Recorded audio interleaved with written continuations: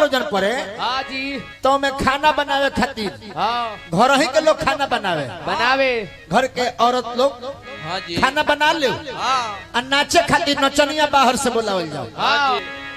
नैनास अरे दिलवा से दिलवा लगाई के उड़ी जाइबू ये मैं एगो फिल्म आई रहे जन फिल्म हमने के बरौली में ही बन रहे बरौली में जहाँ के हमारे नाल बादक जी हई अच्छा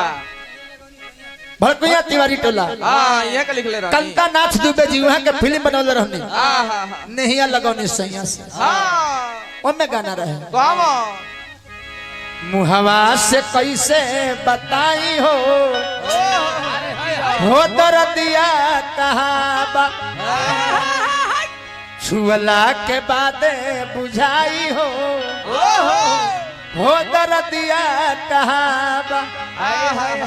लेकिन ये बड़ा एगो फिल्म आई रहा निरहुआ हिंदुस्तानी ओह में गाना रहा कैसे नैनास अरे दिलवा से दिलवा लगाई के उड़ी जाइबू ये मैना उड़ी जाइबू ये मैना उड़ी जाइबू ये मैना उड़ी जाइबू ये मैना नैना से नैना लड़ाई के उड़ी जाइबू ये मैं हालांकि देखी नाव का पुरान में कोनो ढेर अंतर नहीं है कैसे कैसे पहले हमने के यहाँ जग प्रयोजन पड़े अरे शादी ब्याह तिलक छठियार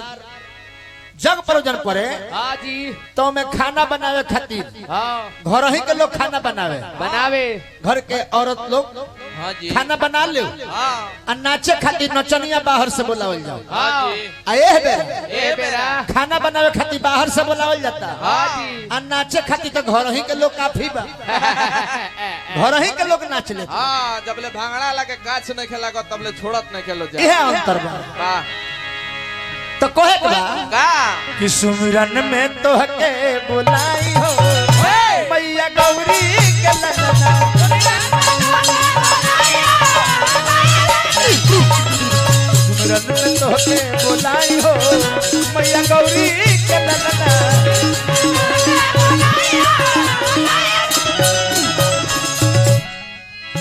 हर गौरी के लगना मैया गौरी के ललना मैया गौरी के लालना पहले न्योता गौरी के भेजाई हो मैया गौरी